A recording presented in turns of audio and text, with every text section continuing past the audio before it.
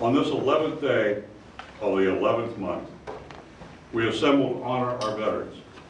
So please stand as we observe a moment of silence for all veterans, wherever and however they have served.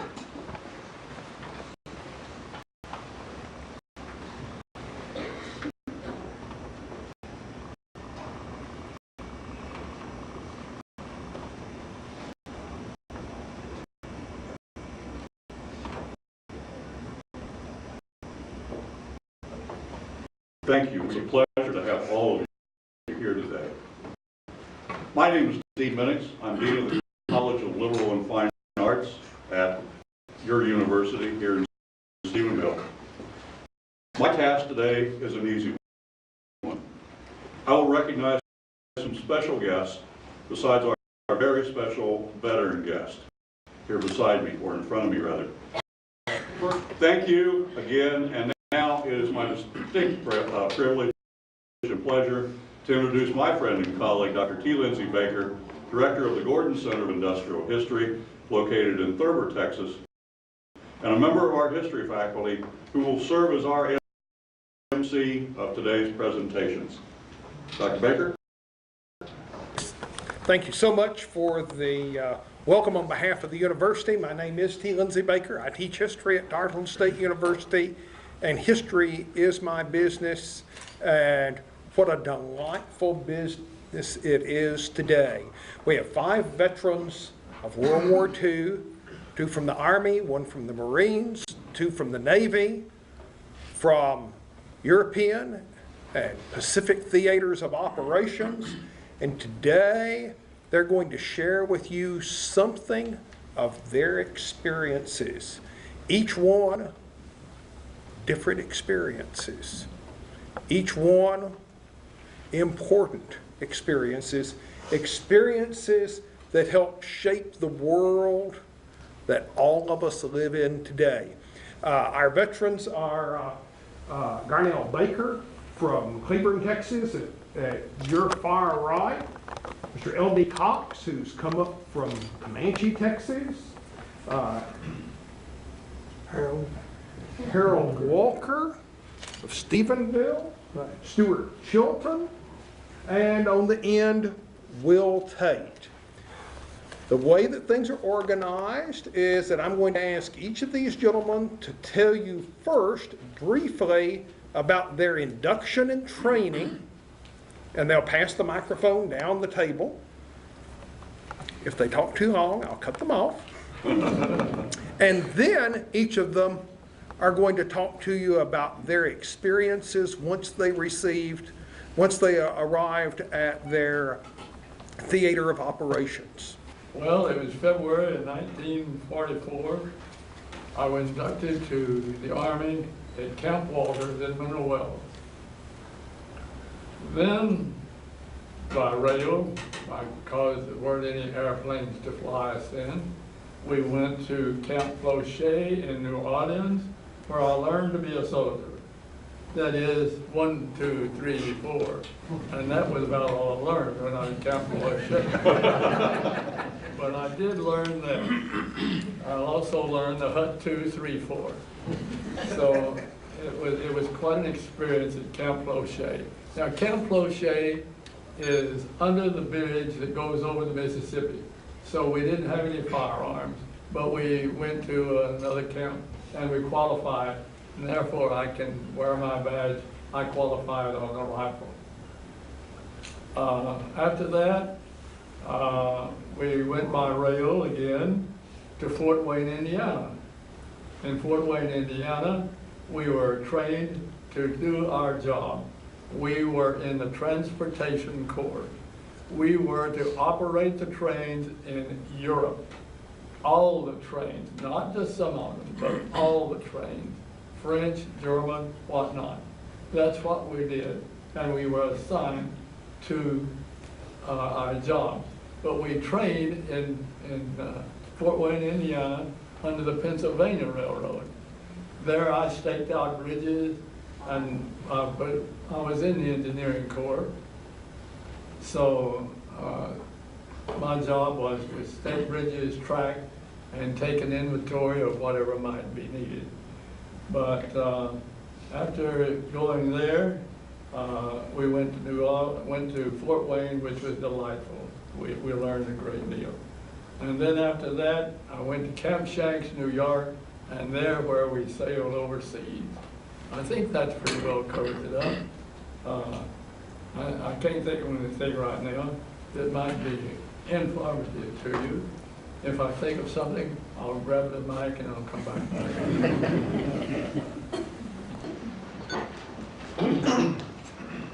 Thank you. I'm L.D. Cox. The L.D. stands for Little Darling to the women, long distance to the men, and it's really Loyal Dean, and since nobody can remember that, I call myself L.D.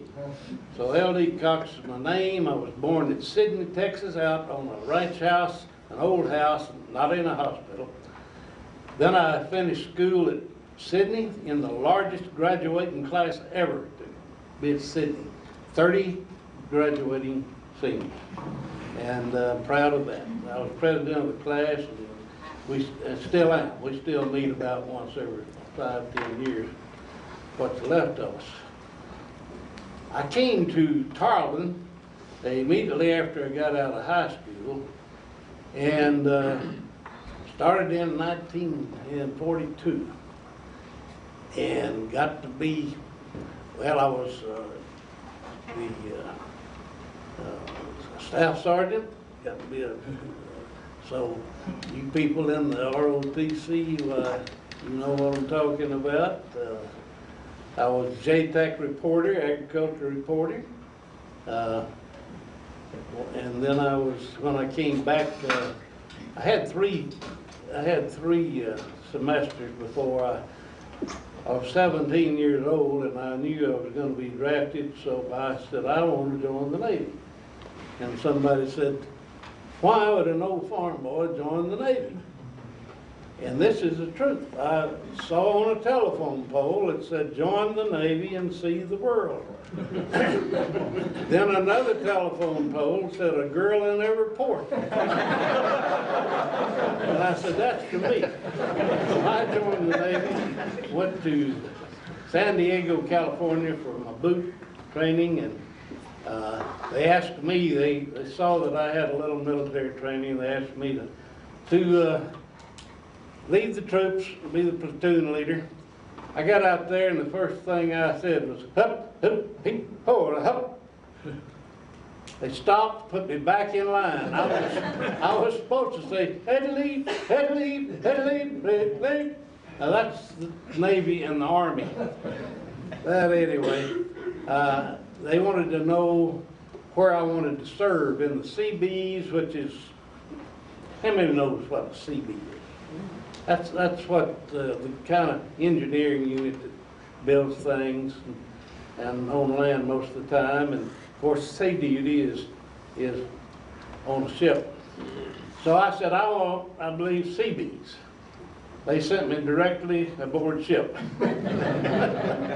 Yeah, I went aboard the USS Indianapolis, which I stayed on till it got sunk and the war ended, and I'll tell you a little more about that later. Thank you very much.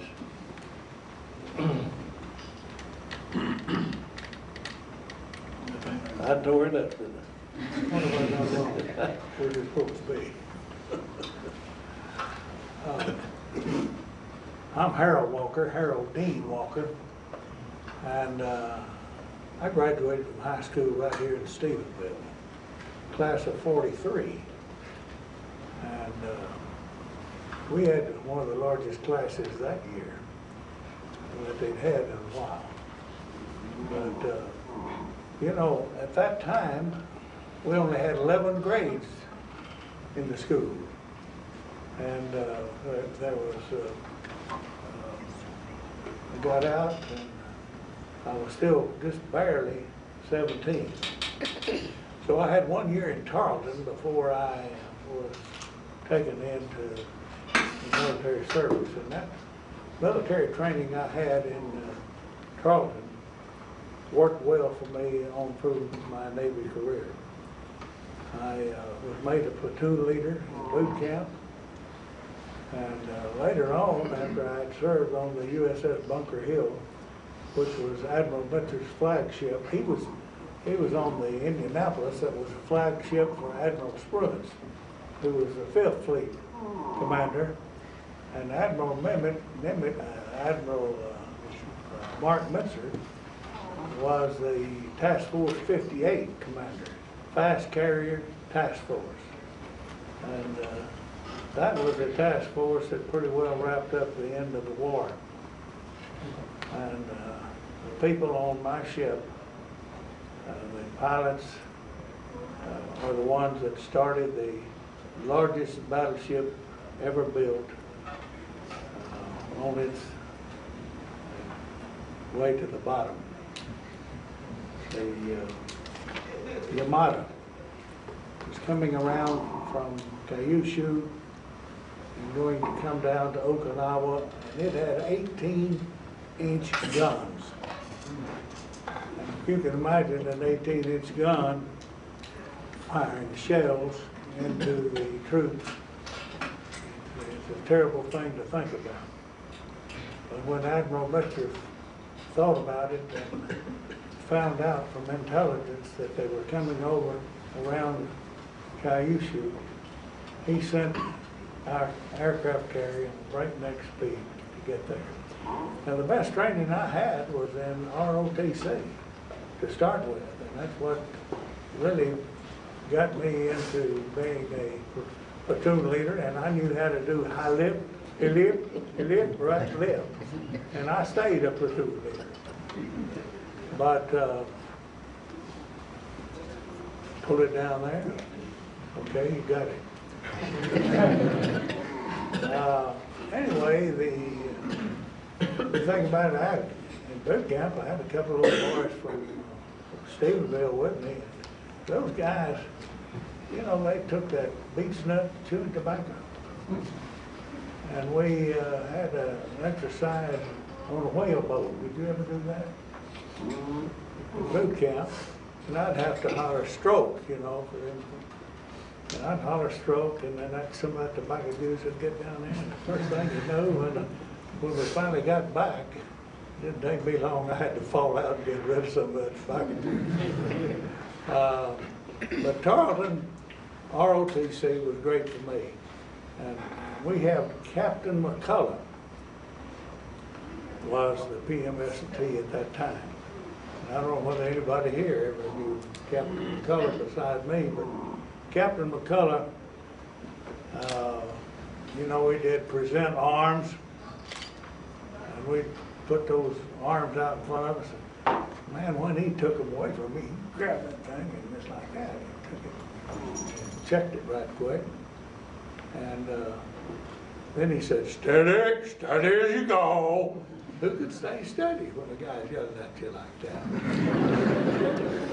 Your people don't do it. You don't do it by the way, do you, Mr. Pierce? No. But anyway, it was a great experience what I had at Tarleton. And later on, after I was aboard the Bunker Hill, I received a fleet appointment to the Naval Academy Preparatory School in Bainbridge, Maryland. And I drilled the whole darn outfit there, what I learned at Tarleton. So pay attention in class. And you gals know kind of what you're going to be.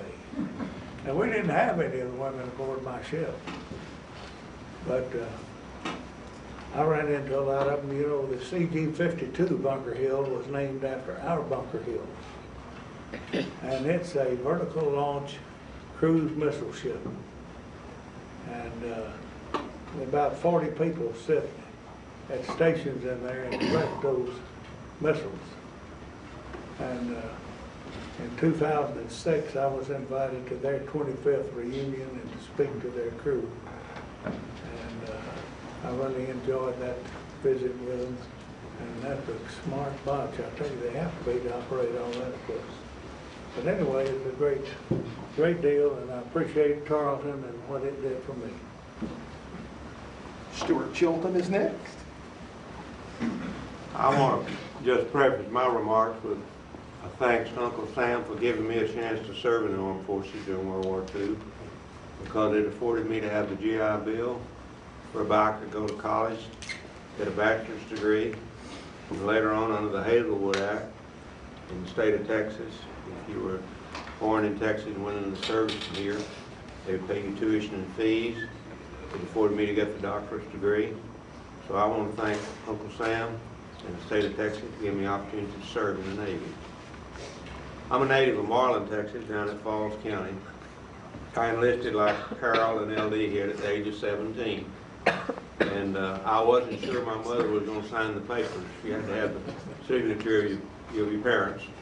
My father readily signed, but my mother, she told me, says, Bradley Stewart, says, I feel like I'm signing your death warrant. And she finally signed, and I was kind of embarrassed there for a while because a chief petty officer driven way down from Waco, about 25 miles away, to get the signatures. And then I'd taken physicals and mentals there in Waco at the federal building, and after they signed the papers, then we went to Dallas.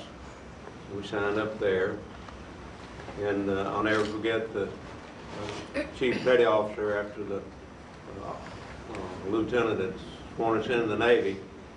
He says, okay, gentlemen, he says, your heart may belong to Mama, but your blank belongs to the United States Navy now. And I soon found out he knew what he was talking about. Went to San Diego, had boot training, had 10 weeks of boot there. And I'll pick up from there later on. But I do want to tell you about this lapel on my coat here. This is an eagle with its wings spread. And they issued those to all the people that served in World War II. And of course the GIs, they always have some type of name they tag on something. Ladies and gentlemen, this is known as a ruptured duck.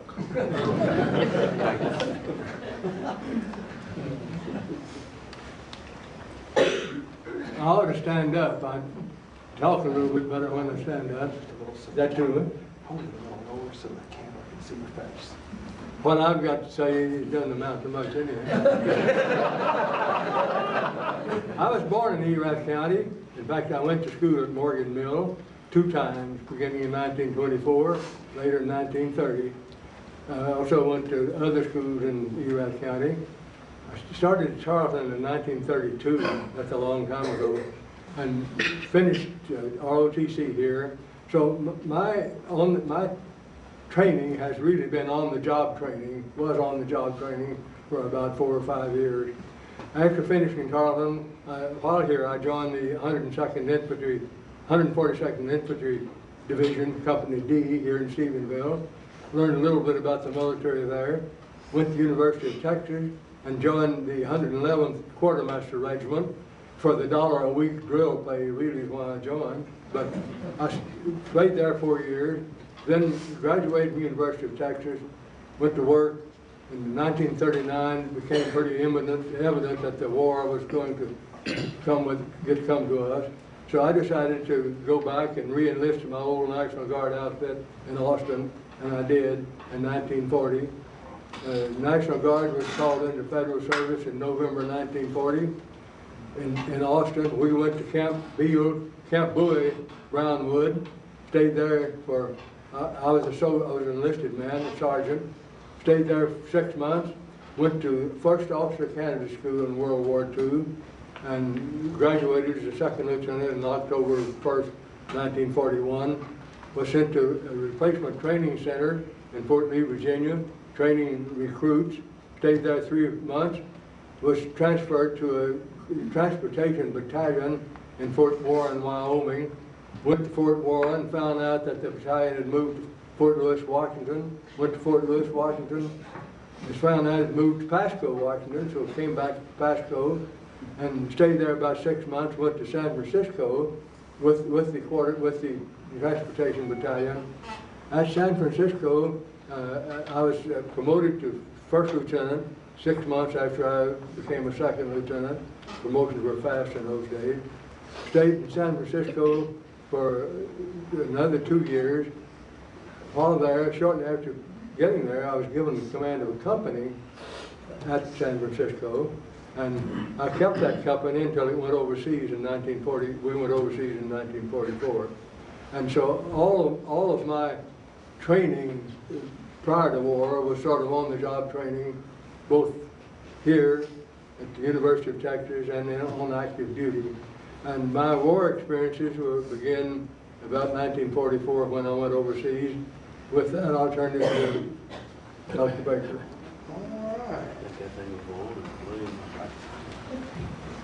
All right, we've heard about induction and training. Now, each of these gentlemen is going to take you with you to the theater of operations.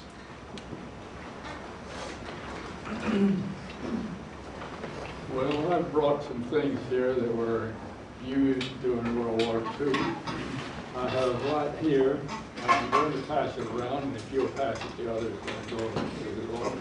This is a plate over U.S. Army uniform, and it is a miserable thing to wear. You wore them day and night, and they were terrible to wear. And Could you cook in these? What? Could you cook in these? You can cook in it. They're real good to warm up the stew. Now, this is a German helmet. I don't remember where I got it, but when I got home, it was in my duffel bag.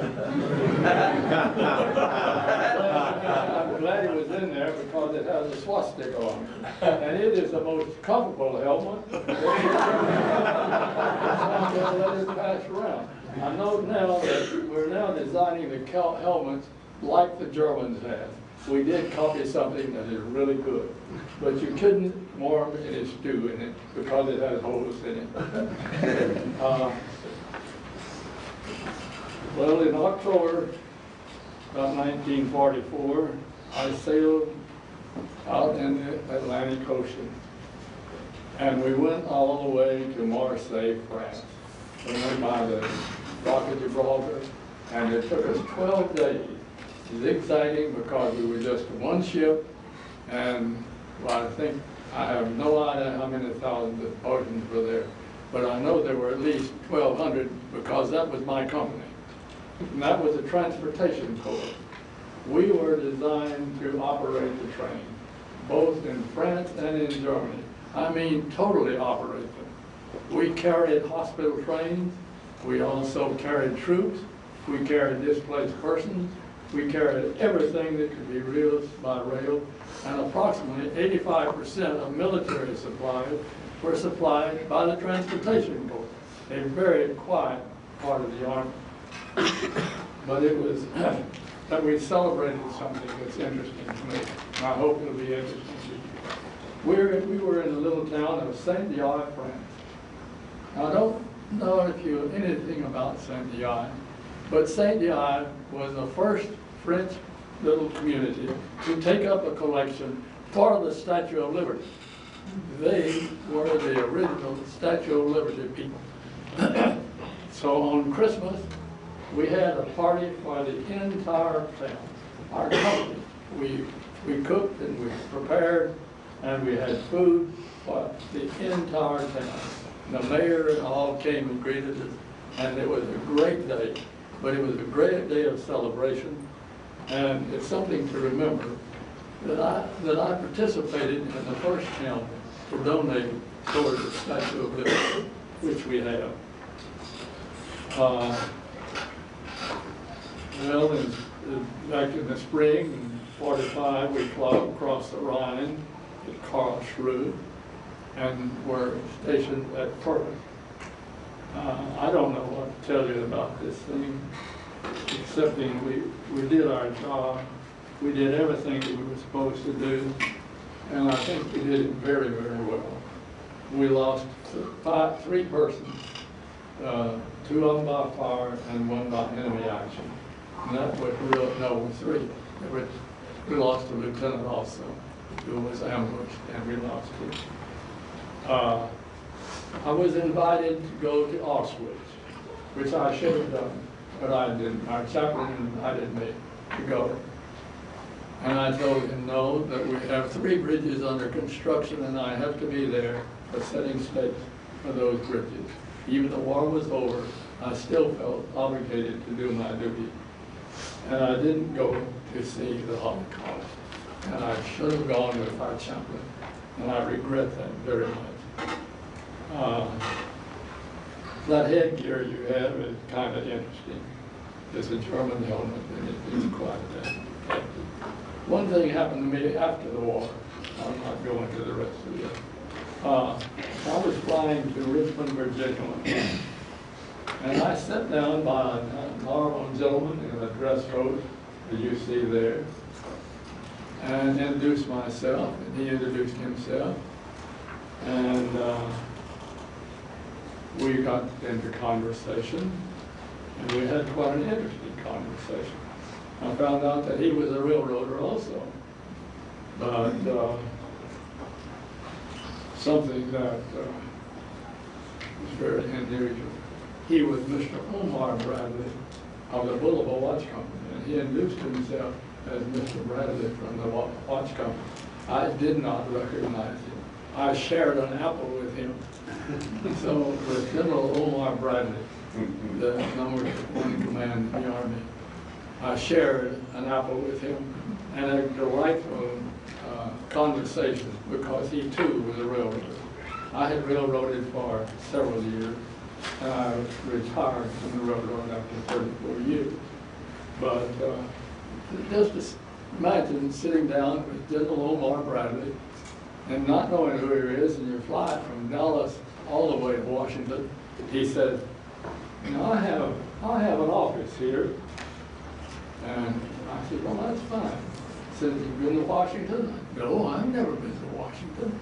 I'll point the things out that we go to. We got to the one of the buildings there. He says, and I have a lieutenant colonel and a major that work for me here. And then it dawned on me, that General Omar. It went like, thank you.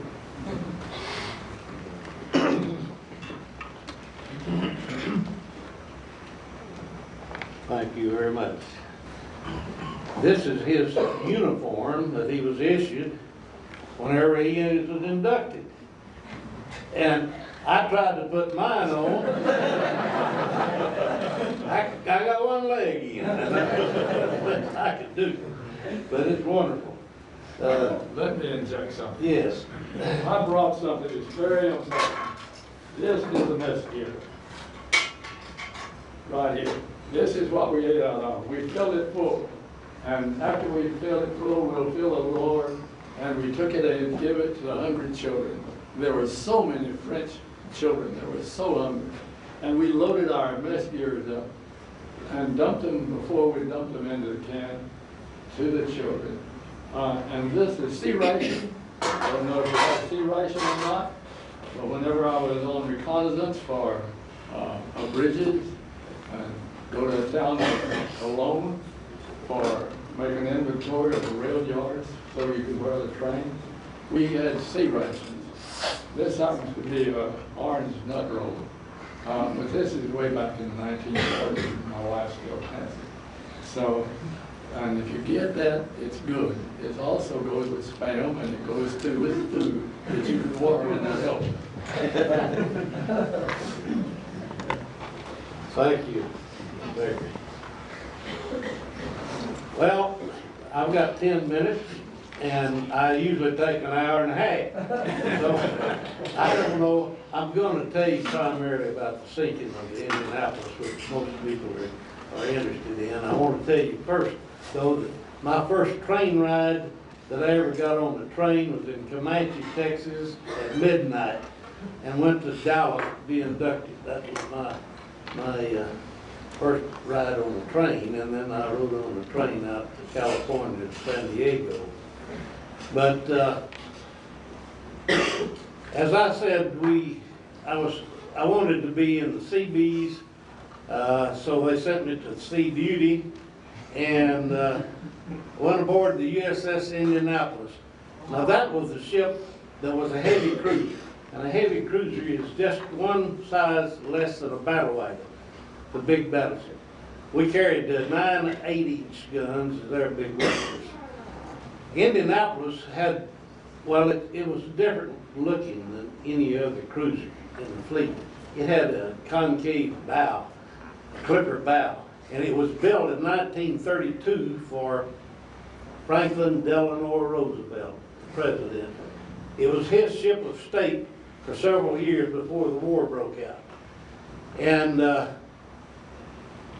what happened, I wasn't aboard at Pearl Harbor, but I did talk to some of the mates that were, and they had been hauling the president around, and they were at Pearl Harbor, and they were told to take a detachment of Marines over to Johnston Island, which is 500 miles or so.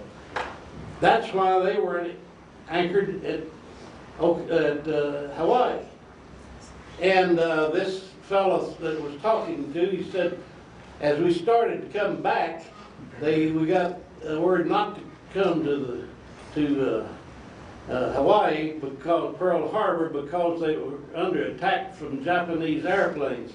And he said, I didn't believe it, and didn't believe it until the captain said, throw everything that will burn overboard. And up comes Franklin Delano Roosevelt's bed, wooden bed.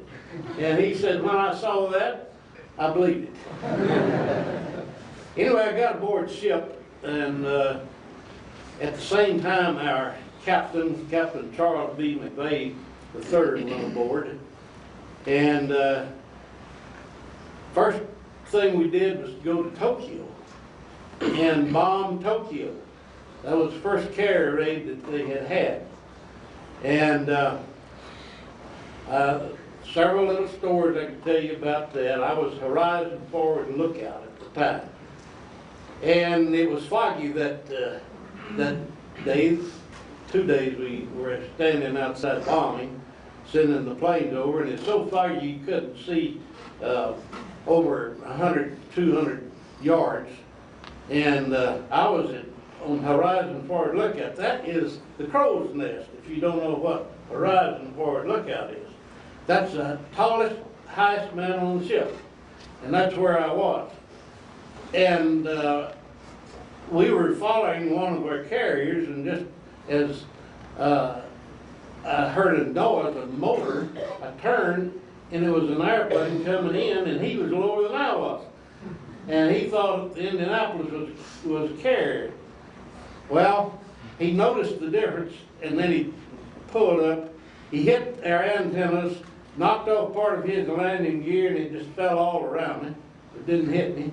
And he went on aboard the carrier and tried to land and was turned over, upset on the top. I don't know what happened to the pilot. Anyway, I saw my first Japanese prisoners, so 10 of them we brought aboard that had been, one of their little boats or ships had been sunk. Then the next thing we did, we went to Okinawa. I mean, we went to Iwo Jima. See, we were the flagship.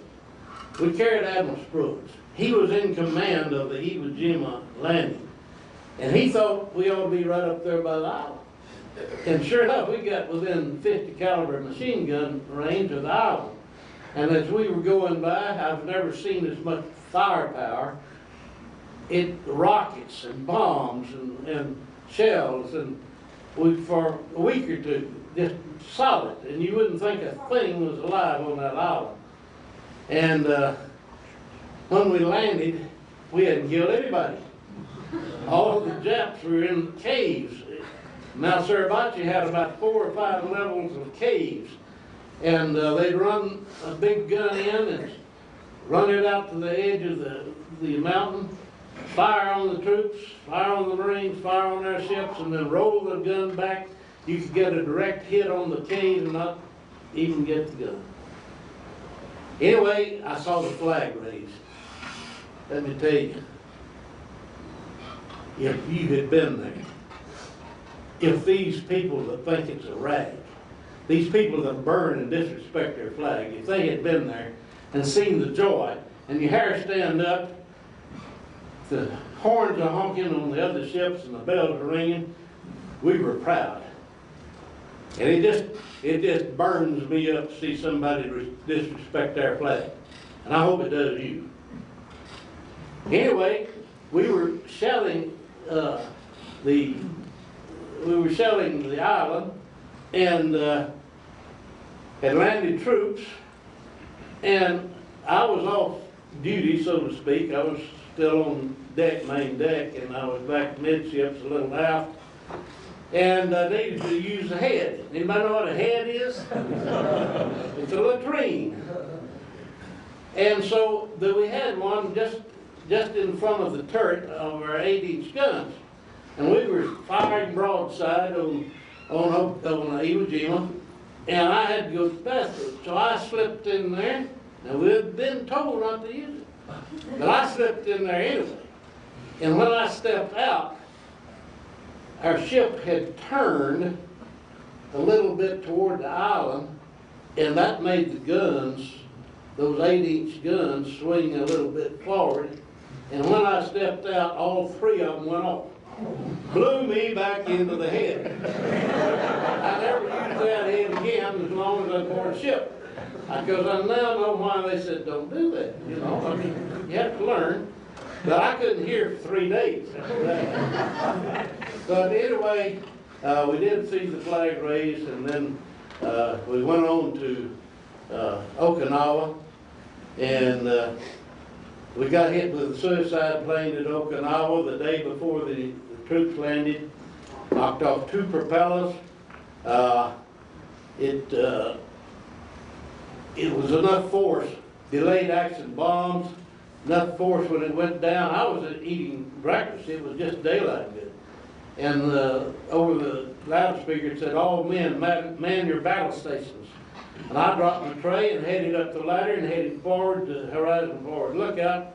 And just as I got midships, I saw this shadow of the plane, and about that time, whoom! Well, up in the air I went. The plane hit just aft on the port side. Whenever I came down and hit on the stump, looked up, and we carried 2 observation planes on catapults. One of them had fallen, and a lanyard or a rope was holding it. One of the sailors fell on the deck and bounced, and there was enough force that blew that cruiser, which was 18 feet from the water, the deck was, blew it up high enough. When it came down, the water swept over. Anyway, we lost 9 men dead, 26 wounded, and after I got off duty, I went back to where the ship was hit, and there was a piece of the Japanese plane, several little pieces, and one was a little piece of aluminum. I picked it up, put it in my locker, brought it home, and now it's in the Nimitz Museum in Fredericksburg, in the Okinawa exhibit. So if you ever go down there to, it's been being in the Bush Memorial part of the museum. Anyway, it's got my name and a little story about it. Well, we came on back, and as we were coming back to be repaired at Mare Island, we had 9 tankers, empty tankers, and 3 destroyers. And we went all the way back, got in dry dock, got repaired, and as we were coming back, I was doing mess duty. I don't know why, but it seemed like they always started with A, and A, B, C. Well, Cox is right there. So you come and you go down in the mess and you do the dishes. Well, the dishes was pots and pans, and I had steel wool, and I had the second day that I was doing it, my blood was coming out my fingernails. I couldn't hardly hold the pots. They were so sore, my hands were. About that time, an officer came down the ladder and he said, "Are you Cox?" I said, "Yes, sir." He said, "I see you've had some college." I said, "Yes, sir." He said, "Would you like to change from the division number 7, which is the largest division, into the NAN division, the navigation division?" Oh, I said, "Yes, sir." He said, "Drop that pan and follow me." I dropped it right on the deck, and as he went up the ladder, I was licking his boots. Because up on the bridge where we stood watch, we got to steer the ship. And we got the earphones to the engine room and to the lookouts, and the admiral was there, and the captain was there. I kind of felt like I had been reborn, you know. Got into Mare Island, put us in dry dock, gave us a leave, Then coming back, why, we were supposed to have gunnery practice along the coast. Well, instead of gunnery practice along the coast, they said, come over here to Hunter's Point in San Francisco and pick up a box. Well, we went over and we picked up this box. It was under Marine Guard. It was beautiful, tailored, about 20 feet long or 15, maybe 5 feet wide and 5 feet tall, and a beautiful manicured piece of, I got 2 minutes. But anyway, whenever we headed out, all the scuttlebutt said, what's that? What's that? And they said, well, nobody knew. We got out there and the scuttlebutt said, we know what it is. It's a big box of scented toilet paper for General Douglas MacArthur. And if you knew MacArthur, then that's what he wanted, that's what we got. Anyway, we took which later turned out to be the first atomic bomb, the one that was dropped on Hiroshima. We delivered it to Tinian. Then as we left to go to the Philippines, doggone it, second night out, we were traveling by ourselves. They didn't give us an escort. We had no sonar. And I was on midnight watch, and I went up on the bridge and just got there, and whoom, up in the air I went, and came back down, looked up, there's fire, water, debris, and started to get up, and whoom, again went up in the air, and we didn't know what had happened. It turned out to be 2 torpedoes from a Japanese submarine. At midnight it hit us. And the captain was sleeping up on the bridge, knocked him out of his bunk. He came out, his little cubicle, came out in his pajamas. We got him dressed. I got him a life preserver. He sent men to see what the damage was. We couldn't get to the engine room. It was fire all below. And captain said we were going to have to abandon the ship. By that time, you could walk down the ladders. You never walked down the smokestack. We were about to roll. And so we went down to the 2 decks above the water. The captain said, pass the word to abandon ship. And when he said that, that's when I left. I thought I was supposed to get off that thing. So I pulled him away and got up to the high side, the port side of the ship. I was going to jump in the water, and there wasn't any water there. It was the hull of the ship. Well, I grabbed the hook and swung out as hard and far as I could. I hit the hull and into the water, drank about half the sea and the oil. Got sick, went to vomiting, trying to swim away from the ship. We sunk in 12 minutes. Now that ship was 2 football fields long. It was 610 feet. And yet it sunk in 12 minutes, if you can imagine. Well, I swam out and got to the first sailor I came to, and it was pitch dark. Couldn't see anything. As I turned and looked back 50 yards, I saw the ship heading straight down. The moonlight had parted a little bit on the clouds.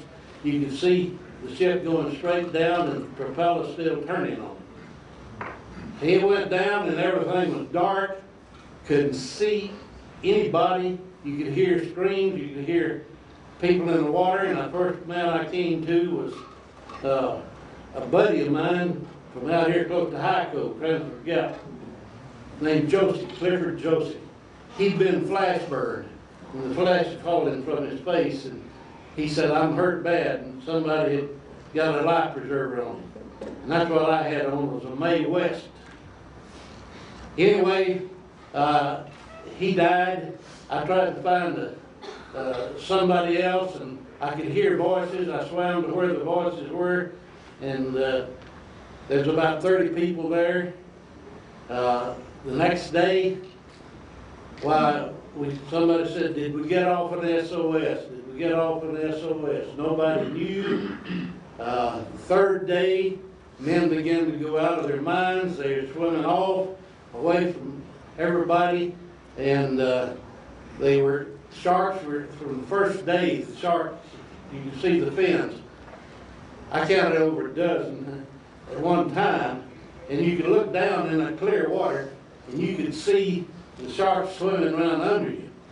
I had a man no farther than 3 feet from me. Whoa, up come a shark, took him, and down he went. Never saw him anymore.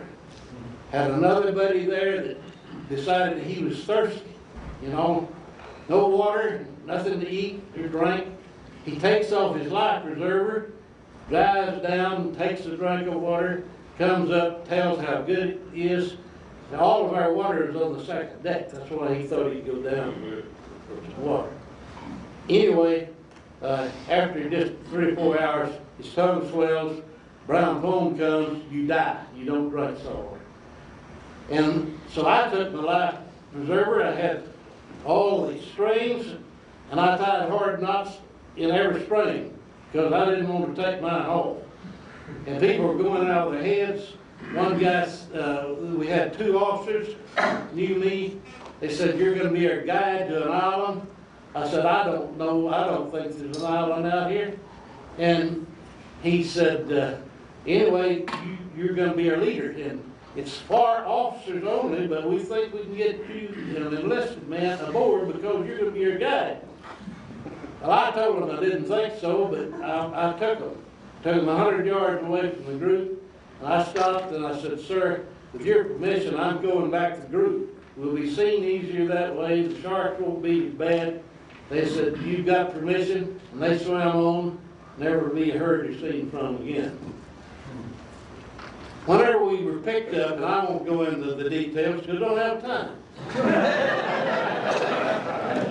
Anyway, we were picked up. There's still about 10 in my group, and we were taken to the hospital at the Philippines, in the island of Samar, and that's where, in the hospital, where we found out where what we were carrying, the atomic bomb that was dropped on Hiroshima. And I'm sorry to be so long. Here you are, Harold.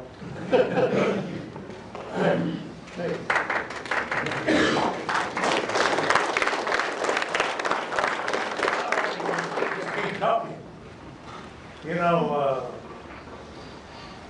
he was on a flagship and I was on a flagship. Mine was a Task Force 58, fast carrier task force.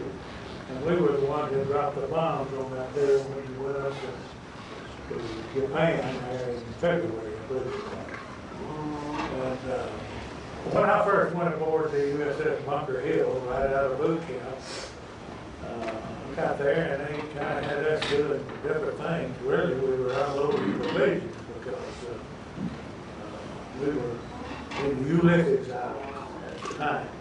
And I think that's where you call it too, in Ulysses, right? Right.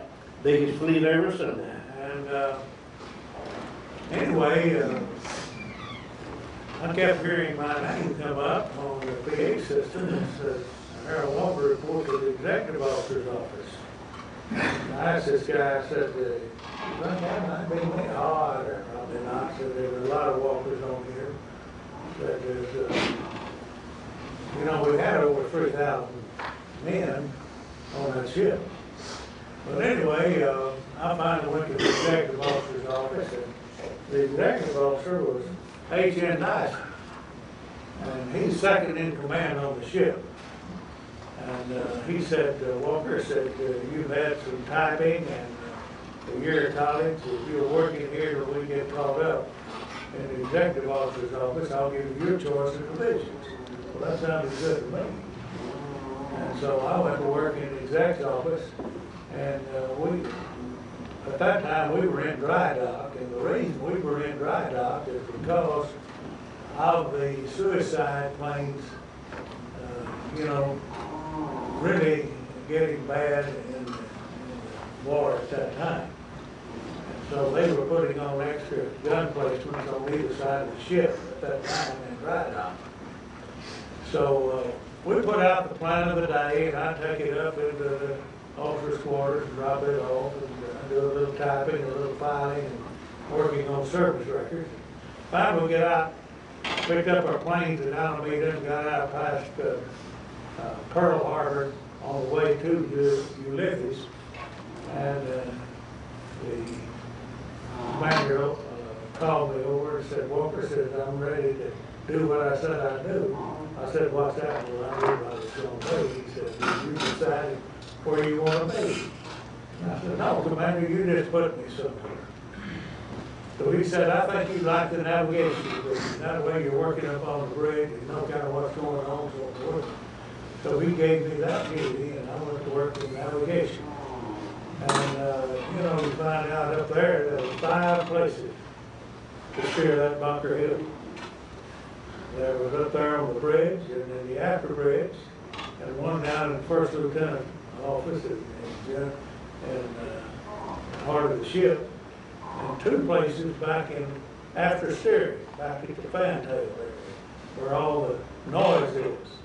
And we had one guy in his rear, he'd always trade with us. He'd have a big stack of comic books, and he'd take it and sit back in that thing, put earphones on, drown out those diesel engines that's running the ship's screw. And so he'd do that, and I was always glad to trade with him. Anyway, working in that, before we got underway, you know, we got to keep our own livery car. Working in the exec's office, we could go into Seattle or whatever when we were in Guidon. But anyway, later on, and I got up into the navigation division, and we were the ones that made that trip with the aircraft, all the airplanes and so forth up to Japan early in '42. They wanted some show of force from the Navy at that time. But we were out 59 days without pulling back from the front. At Iwo Jima and Okinawa and that trip to Japan. 59 days is a long time. And all the provisions were brought out to us. We took on fuel from the tankers, and alongside us came the destroyers that took on fuel from us. And I steered that ship at the edge of typhoons where you could have a right rudder on, still be slipping to the left. You had bad typhoons. A lot of times that water and the edge of a typhoon would come up over the flight deck before around the bow, come up over that thing. But anyway, we dropped on there, and April 1st, 1945, I was steering the Bunker Hill, and that was the love day at Okinawa. That was the day the Marines landed at Okinawa. And we were having flight operations early. And do any of you remember what the F4U Corsair looked like? Corsair was one of the fastest planes we had at the time. It would do over 400 miles an hour. And of course, the Japanese Zero was really fast and tricky to plane. But anyway, we had 2 squadrons, 12 planes each, taking off from our deck, flying off the deck. And the first 2 planes, the first one roared down the deck, went into the water about 150 to 200 yards in front of me. The officer of the deck gave me a right rudder and used oars, and we steered around it. And after some changes a little bit, I thought maybe we'd turn more into the wind, because usually you turn into the wind and increase your speed. Fast carrier then would make 33 knots, and that's faster than most other ships could do in the Navy. Well, we turned into the wind probably a little bit more, and down the flight deck went the second Corsair, and then it went off the deck, got lower and lower, and went to the bridge also, up there about the same distance. Well, on that one, the officer of deck gave me the left rudder, and immediately the captain by that time was up on the bridge. The captain was up there, and Commander Odenhall, the navigator, and they countermanded it and gave me a right rudder. I won't say make up your mind, but I just steered the ship. But anyway, those 2 we lost. And I'm still bothered by it today because another book is coming out on Bunker Hill by Maxwell Taylor Kennedy. 2 minutes, okay. But anyway, I want to get into the ship being hit. We were hit 2 days before I was 19 years old by 2 kamikazes. The third one was coming in and the ship got her sight got her down. And those gunners were in the band, ship's band. The ship's band on the Bunker Hill was composed of people that played in most of the big bands that were in the country before the war. We had a lot of them that were in the really big band. But I happened to be taking a shower in the Marine Head when the ship got hit. And I rushed back to get some dirty clothes, and clothes that I had just dropped in the hamper, and I couldn't find mine. And I guess I found Weir's because he's the biggest guy in the ship's band. And I just tied them on. And when by that time they had gotten down all the watertight hatches. So I couldn't get topside to where my battle station was because they had battened down all the watertight hatches. And I had to go down. Went down into the messing department, and there was about 200 people in there. And they were still blocked off too. And so we had nothing but smoke coming in. Smoke and very little good stuff to breathe. But I went into the sick bay and got a big dishpan and filled it with fresh water and brought it in. And I said, let's dip our rags or shirts or whatever in here and breathe right on the deck and breathe through it. 3 hours later, we finally got a hatch open around the fantails and we got topside.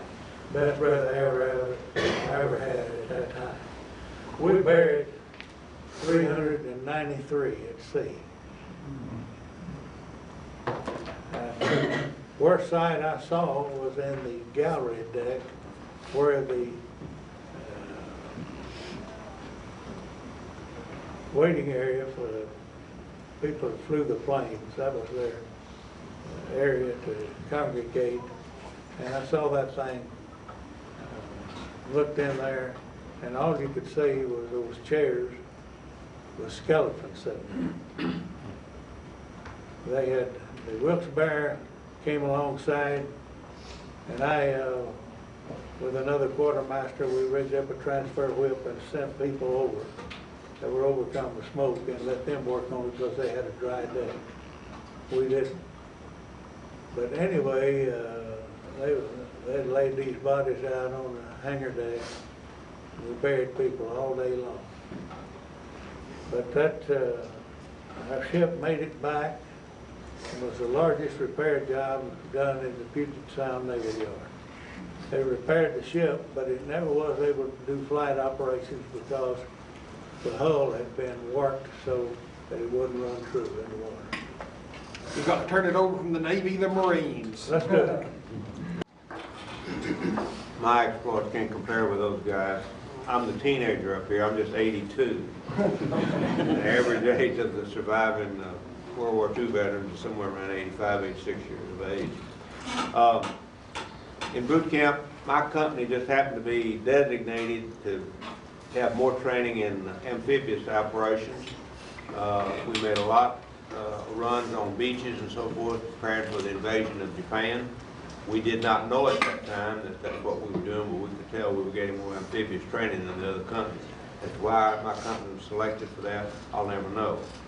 The plans were to send us to Okinawa for additional training, and historians later found out that the plans were to invade the southern islands of Japan in November 1945, and if that didn't bring the Japanese to the peace table for unconditional surrender, then we'd make another invasion in March of 1946 in the northern islands of Japan. Well, things changed almost overnight, thanks to L.D. Cox's ship delivering the trigger mechanism for the atomic bomb. The first atomic bomb was dropped, as you know, probably on Hiroshima on August 6, 1945. I remember hearing it over the loudspeaker system out on the Grinder, which is a parade ground in the Navy, and heard them say that they dropped an atomic bomb on the city of Hiroshima in Japan. Across Southampton to another port to get on a little British ship to take us to France. We got on a little British commercial ship that held about 200 people. My company was just about that size. We stayed on that ship for about 2 days, and all we had to eat was the food that the British prepared. And so help me, I don't think anybody ever enjoyed food. I know we didn't eat any, I didn't eat any of that food, but we got off the ship at Omaha Beach in France about 2 months after D-Day. We still had to wade ashore, got up pretty close to about knee-deep water, had to wade ashore. There's some people met us as we got off on the ground off the ship. Said, take your company 200 yards back there and wait till we tell you something different. So we got about 200 yards off the beach and stayed there for about an hour, and then someone said, well, you're going to be here for another 2 or 3 hours, so you dig foxholes. So we started digging foxholes. All the troops, of course, objected. Why do we need foxholes here? But about that time, some German planes came over, and then we had no trouble getting foxholes done. But later that evening, 2 or 3 hours later, they came and told us, move your company back to an apple orchard about 4 miles back in France. And they gave us a map, no lights, of course. So I got the company up, whatever they were doing, they weren't asleep, but got up and started. It was raining. Trudged about 4 miles back into France, pitched tents in this apple orchard, and stayed there for a while. We stayed there, as a matter of fact, about 2 months in that apple orchard, because even then, like now, sometimes people didn't know what they were doing. We'd gone overseas with this company, I'd gone overseas with this company, without having a definite assignment. So we got to France, stayed in this apple orchard for a while. About 2 weeks after we got in there, an army truck drove by with a truckload of bread, army baked bread, big loaves about that big. He said, how many men you got in your company? I said, about 180. So they threw off enough loaves of that bread to feed 180 people. And we toasted that bread over, got a few sticks that the Germans left, toasted that bread, and that's the best meal I think I've ever eaten in my life. But we stayed in that apple orchard for about 2 months, sleeping in a pup tent, showers about once a month if the shower unit came by. Finally got orders to join 9th Army in Maastricht, Holland. And we started on the trip across France in November 1945, I guess. No, 1944. Joined 9th Army in Maastricht, Holland, about the middle of November, about the 1st of December, 1944. And 9th Army said, well, go down here to this village on the Maas River, and you can have this school as a barracks for your troops. So that was the first time they'd slept inside now in about 4 months. I got to sleep in the house. First time I slept in a house in about 6 months. We stayed there, I don't know, about a month. In the meantime, I was transferred out of there, transferred to a battalion, separate battalion, was an executive officer, which means I was a captain at the time, which means that was a major slot. I went to this battalion. It was stationed in Maastricht, north of Maastricht, Holland, toward Aachen, Germany, 5 or 6 miles.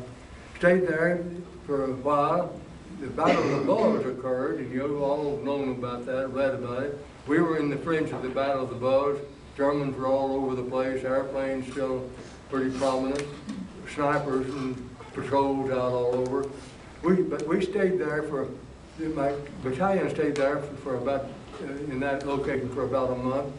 And then about that time, the Germans had been pushed back across the Rhine River. And every time, of course, they crossed the Rhine River, that was a major barrier to get armies across the Rhine River. They destroyed the bridges. But one bridge they forgot to destroy was at Remagen. And somehow they forgot to destroy that. And our troops were there and crossed that bridge in a matter of hours, a matter of minutes really. And in a matter of hours, we had several hundred troops across the Rhine River, which was the beginning of the last offensive in the World War II. From the Rhine River, we progressed slowly up I was with Ninth Army. We followed the troops closely up for the next 2 or 3 months to the Elbe River in Magdeburg, Germany. We got to the Elbe River, and the Russians were on the other side of the Elbe. We were on this side. We could wave at them, they'd wave back. Allegedly, we could have taken Germany, we could have taken Berlin, but allegedly, a rumor has it that Eisenhower, Churchill, and others had decided to let the Russians take Berlin for political reasons. But anyhow, from that point on, we started pulling back slowly toward the harbors in France, Belgium, and Holland. And we pulled back there 8 or 10 miles at a time, 2 or 3, made trip 2 or 3 times a month. The thing I remember most about my service in Germany was the absolute devastation of the cities, Aachen, others. Absolutely nothing. Terrible. The Germans themselves were defeated totally, and they recognized that. And they were, you meet them on the road coming back, retreating from the Germans, and they looked sad, naturally, because they were sad that everything had been destroyed. But I remember mostly the dejection of the German people and the destruction of their cities. And I wish I could have some, well, I had a good time in a sense. I enjoyed my time over there. Got back to the United States in December 1945. Saw my wife, baby for the first time in a couple of years. And after that, of course, I had little enough sense to stay in the Army for another 25 years. And I got to preach just a little bit here. I can attribute what success I've had in the Army to a very great extent to the fact that I had a degree. I got to go to Officer Candidate School, I'm convinced, because I had a degree. Not many people had degrees at that time, and I did. I was selected for the regular Army, I think because I had a degree, same reason. I got to go to graduate school in the Army because I had a degree. So I say this to all you young people here, hang in there on this education and don't stop. Go as long as you can. I've enjoyed this. It's a great pleasure to see all of you people here. And I'd like to have 94 years back to spend, and again, if I did, I'd spend it just like I did. Did you ever have any doubts in your military career? Sorry that I ever went in the service. No, I didn't have any doubts about that. I wanted to serve, and I think that's the way our people today are. They want service, and that's great. For us as future officers in the Army. Your advice to the military science students. Well, my response, I think you can already guess what it is. My response is stay in there. And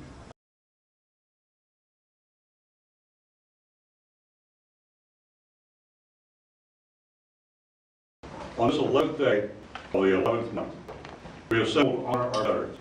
So please stand as we observe a moment of silence for all veterans, wherever and however they have served.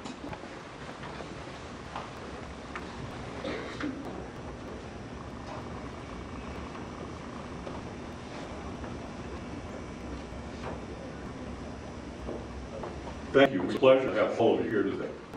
My name is Steve Mix. I'm Dean of the College of Liberal and Fine Arts at your university here in Stephenville. My task today is an easy one. I will recognize some special guests besides our very special veteran guest here beside me or in front of me. Thank you again, and now it is my distinct privilege and pleasure to introduce my friend and colleague, Dr. T. Lindsay Baker, Director of the Gordon Center of Industrial History, located in Thurber, Texas, and a member of our history faculty who will serve as our MC of today's presentation. Dr. Baker. Thank you so much for the welcome on behalf of the university. My name is Lindsay Baker. I teach history at Dartmouth State University, and history is my business. What a delightful business it is today. We have 5 veterans of World War II, from the Army, 1 from the Marines, 2 from the Navy, from European and Pacific theaters of operations, and today they're going to share with you something of their experiences. Each one different experiences. Each one important experiences. Experiences that help shape the world that all of us live in today. Our veterans are Garnell Baker from Cleveland, Texas, at your far right. Mr. L.D. Cox, who's come up from Comanche, Texas, Harold Walker, Stephenville, Stuart Chilton, and on the end, Will Tate. The way that things are organized is that I'm going to ask each of these gentlemen to tell you first briefly about their induction and training, and they'll pass the microphone down the table. If they talk too long, I'll cut them off.